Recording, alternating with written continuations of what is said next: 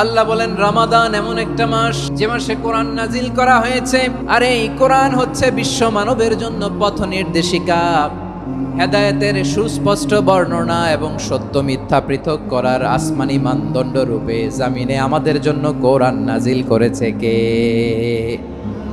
আওয়াজ করে বলেন তো, আল্লাহর নাজিল করা এই কোরআনে কোনো ভুল আছে? সবাই বলেন নাই। সবাই বললে এতটুকু আওয়াজ হয় আমি বিশ্বাস করি না। গলা ছেড়ে দিয়ে বলেন, আল্লাহর নাজিল করা এই সর্বশেষ আসমানি কিতাব আল কোরআনে কোনো ভুল আছে? সন্দেহ আছে? সংশয় আছে? বিয়ন্ডলেস, বাউন্ডলেস, বটমলেস এমন কিতাব যেটা পড়ে গবেষণা করে এর তথ্য, উপাত্ত, ইনফরমেশন, লেসন নিয়ে শেষ করা যায় না। সুবহানাল্লাহ। আল্লাহ বলেন এই কোরআনকে আমি রমাদানে নাজিল করেছি, যেটা বিশ্ব মানবের জন্য পথ নির্দেশিকা। এতে আছে হেদায়েতের সুস্পষ্ট বর্ণনা আর সত্য মিথ্যা পার্থক্য করার মানদণ্ড, কোনটা সত্য কোনটা মিথ্যা এটা কোরআন দিয়ে ডিফারেন্সিয়েট করা যায়। কোরআন হচ্ছে ফুরকান, to differentiate between right and wrong. কোনটা সত্য কোনটা মিথ্যা, কোনটা ভুল কোনটা নির্ভুল, এটা কোরআন দিয়ে যাচাই করা যায়। চিল্লায় বলেন ঠিক কিনা? এজন্য এই কোরআন দিয়ে আমাদের জীবন সাজাতে হবে। কোরআন দিয়ে জীবন না সাজালে জীবন আলোকিত হয় না। কোরআন দিয়ে পরিবার না সাজালে পরিবার আলোকিত হয় না। কোরআন দিয়ে সমাজ না সাজালে সমাজটা শান্তিময় হয় না। শুধু দুর্নীতি দমন কমিশন দিয়ে দুর্নীতি বন্ধ করা যায় না। কোরআনের আইন বাস্তবায়ন করা ছাড়া এই সমাজ থেকে দুর্নীতি বন্ধ করা যাবে না। চিল্লায় বলো ঠিক কিনা? আমার প্রিয় ভাইরা, এই কোরআন নাজিল হয়েছে রমাদান আল মুবারক, এই বরকতময় মাসে। তাই আমাদের উচিত এই মাসে আসন্ন যে রমাদান আল মুবারক, এই রমাদানে কোরআনের সাথে নিজেদের সম্পর্ককে বাড়ানো। আমরা কি আসন্ন রমাদানে কোরআনের সাথে আমাদের অ্যাটাচমেন্ট, সম্পর্ক বাড়াতে চাই? চান সবাই? আপনি কি জানেন কোরআন নিয়ে কোন ফেরেশতা পৃথিবীতে এসেছিল? জানেন? ফেরেশতার নাম কি বলেন তো? জিবরিল আলাইহিস সালাম। একটু খেয়াল করে শুনেন, কান দুটো খরগোশের কানের মতো খাড়া করে আমার দিকে তাকান। সাইয়েদনা জিবরিল কোরআন নিয়ে এসেছেন, ফলে উনি হয়েছেন শ্রেষ্ঠ ফেরেশতা। বিশ্ব নবীর উপর কোরআন নাজিল হয়েছে, তাই তিনি হয়েছেন শ্রেষ্ঠ নবী। রমাদানে কোরআন নাজিল হয়েছে, তাই রমাদান হয়েছে শ্রেষ্ঠ মাস। কদরের রাতে কোরআন নাজিল হয়েছে, তাই কদর হয়েছে শ্রেষ্ঠ রাত। আমরাও যদি কোরআনের সাথে সম্পর্ক বাড়াই, আমাদের মর্যাদাও এরকম, আমাদেরকেও শ্রেষ্ঠ মানুষ বানায় দিবে কে? এজন্য কোরআনের সাথে সম্পর্ক বাড়াইতে রাজি আছেন তো? যারাই কোরআনের সাথে সম্পর্ক বাড়ায় এদের মর্যাদা বাড়ায় দেয় কে? দেখবেন আমাদের হাফেজে কোরআন, তারা ইন্টারন্যাশনাল কোরআন কম্পিটিশনে যে গোটা বিশ্বকে পেছনে ফেলে প্রথম পুরস্কার নিয়ে আসে।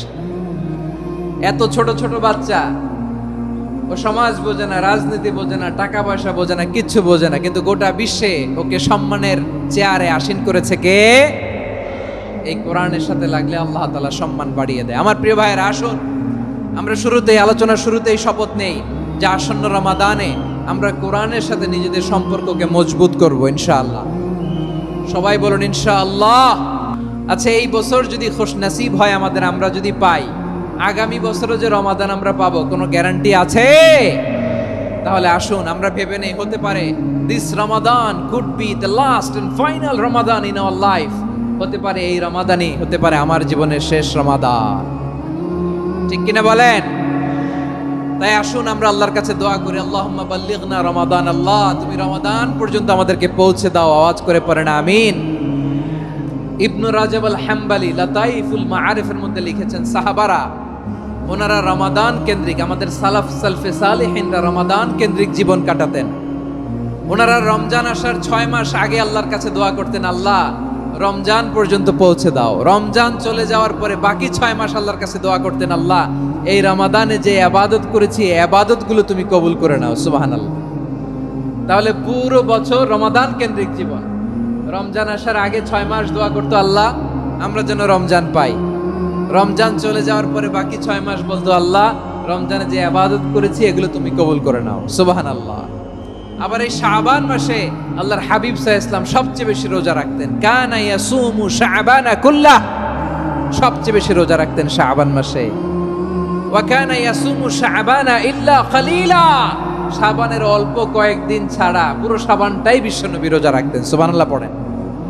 এই শাবানে আপনারা রোজা রাখছেন তো? রাখছেন? আল্লাহ তুমি কবুল করো, আমরা সবাই পড়ি আমিন।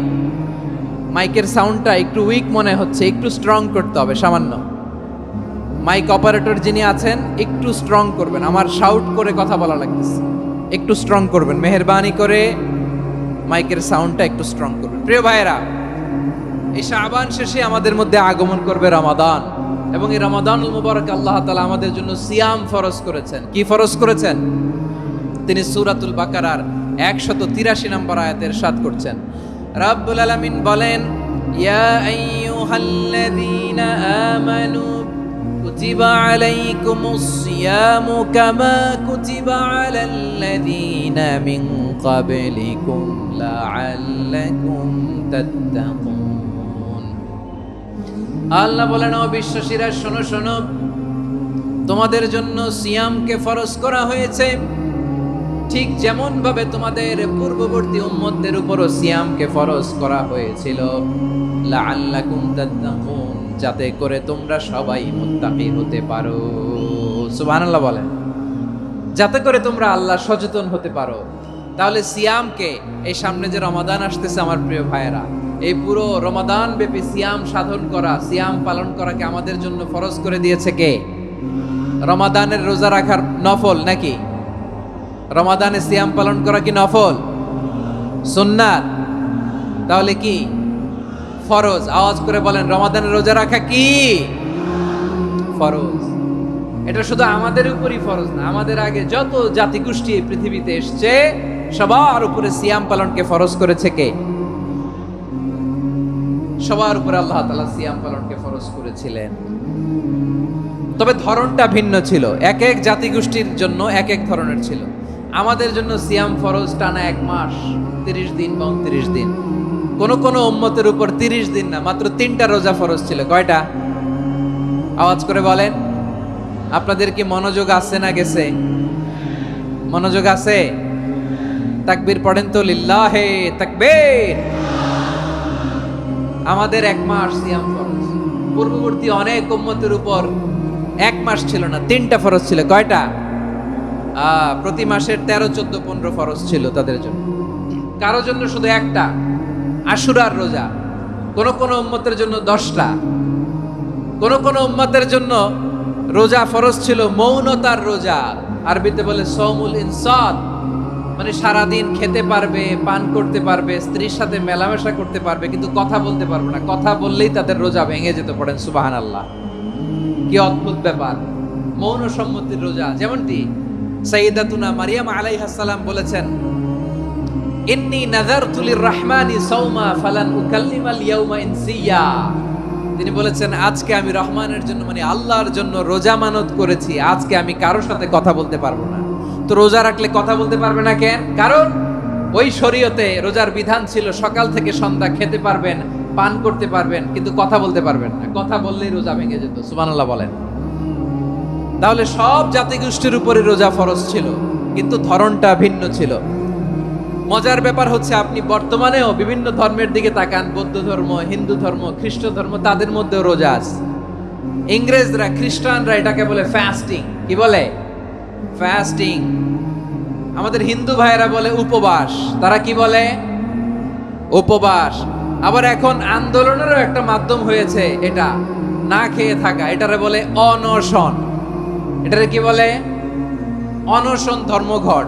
মানে আমাদের দাবি না মানলে আমরা খাবো না, রোজা রাখলাম। আছে না নাই? তারপরে আধুনিক বিজ্ঞান এটার একটা নাম দিয়েছে না খেয়ে থাকাকে, অটোফিজি। কি বলে? অটোফিজি। জাপানের এক চিকিৎসা বিজ্ঞানী এই অটোফিজির উপর গবেষণা করে সে নোবেল পেয়েছে। সুবহানাল্লাহ পড়বেন না? এজন্য আল্লাহ তাআলা আমাদের জন্য গোটা রমাদানে এই সিয়ামকে ফরজ করে দিয়েছেন। আওয়াজ করে বলেন আল্লাহু আকবার। রাব্বুল আলামিন বলেন, ইয়া আইয়ুহাল্লাযীনা আমানু কুতিবা আলাইকুমুস সিয়াম। সিয়ামকে তোমাদের উপরে ফরজ করা হয়েছে, কামা কুতিবা আলাল্লাযীনা মিন ক্বাবলিকুম, যেমনি তোমাদের পূর্ববর্তীদের উপর রোজা ফরজ করা হয়েছিল।